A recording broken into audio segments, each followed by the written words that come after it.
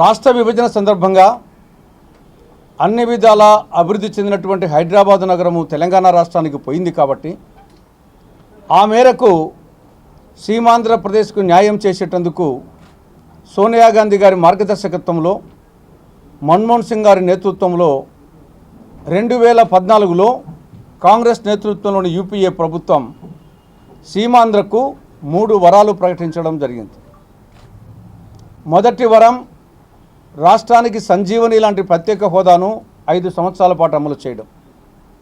రెండవది రాయలసీమకు ఉత్తరాంధ్రకు బుందేల్ఖండ్ తరహా కానీ లేదా ఒరిస్సాలోని కేబీకే తరహా కానీ స్పెషల్ డెవలప్మెంట్ ప్యాకేజీ అమలు చేయడం.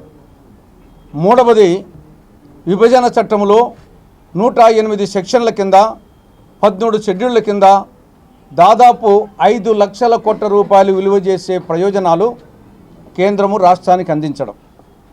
ఈ 3 వరాలు 2014లో రాష్ట్ర విభజన సందర్భంగా ఆనాటి కాంగ్రెస్ నేతృత్వంలో యూపీఏ ప్రభుత్వం ఇవ్వడం జరిగింది.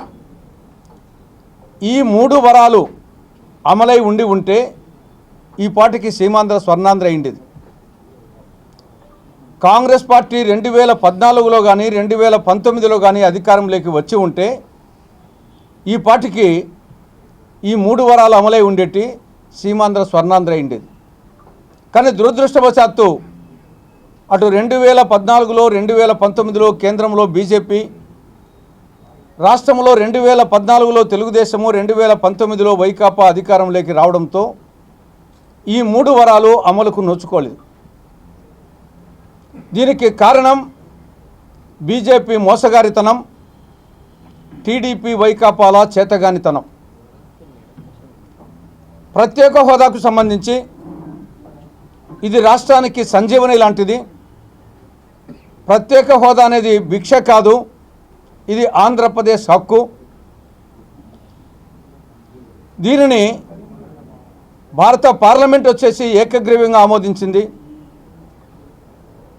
కానీ నరేంద్ర మోడీ ప్రభుత్వం అధికారంలోకి వచ్చి అటు పార్లమెంటును మోసం చేసింది, వాళ్ళ మేనిఫెస్టో పెట్టారు, ఆ మేనిఫెస్టోను మోసం చేసేది. ఆఖరికి కలియుగ దైవం తిరుపతి వెంకన్న సాక్షిగా తిరుపతిలో బహిరంగ సభలో మేము అధికారంలోకి వస్తే ప్రత్యేక హోదా 5 సంవత్సరాలు కాదు 10 సంవత్సరాలు ఇస్తామని చెప్పేసి ఒక పక్క వెంకయ్య నాయుడు, ఒక పక్క చంద్రబాబు నాయుడు ఉంటూ మధ్యలో ఆయన ఉండి తిరుపతి బహిరంగ సభలో వెంకటేశ్వర స్వామి సాక్షిగా చెప్పడం జరిగింది.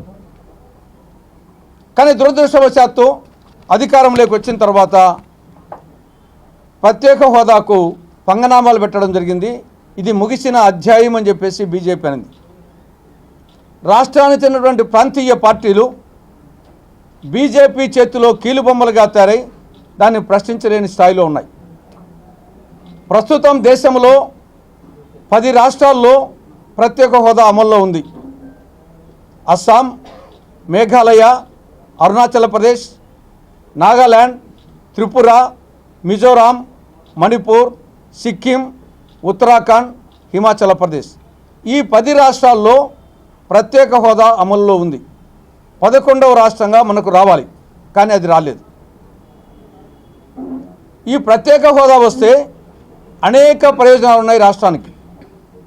నంబర్ 1, కేంద్ర ప్రాయోజిత పథకాలు, ఉపాధి హామీ పథకం లాంటి కేంద్ర ప్రాయోజిత పథకాలు, సెంట్రల్లీ స్పాన్సర్డ్ స్కీమ్స్ కింద ప్రత్యేక హోదా ఉన్న రాష్ట్రాల్లో 90% నిధులు కేంద్రం భరిస్తుంది, 10% నిధులు రాష్ట్రం భరిస్తుంది. ప్రత్యేక హోదా లేని రాష్ట్రాల్లో 60% నిధులు కేంద్రం భరిస్తుంది, 40% నిధులు రాష్ట్రం భరించాలి. అది నంబర్ 1 ప్రయోజనం. ప్రత్యేక హోదా ఉన్న రాష్ట్రాల్లో